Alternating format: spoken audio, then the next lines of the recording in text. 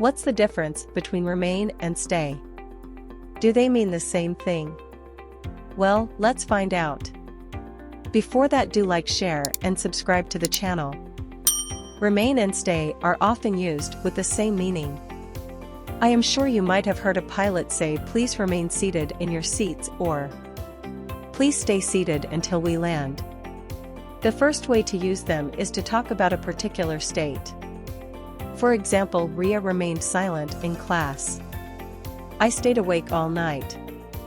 Both these examples tell us that someone continued to be in a particular state.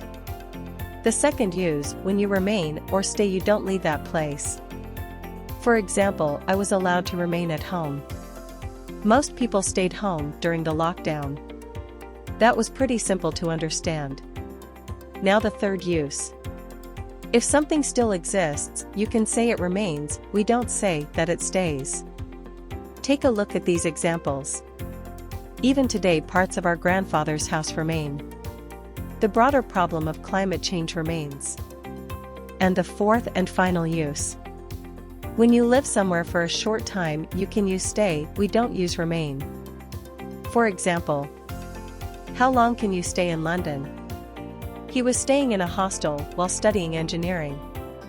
Be careful, never use remain with this meaning. I hope you liked this short English lesson and learned something useful. If you want us to produce more such short lessons, let me know in the comments. Keep learning, keep practicing English. Bye for now.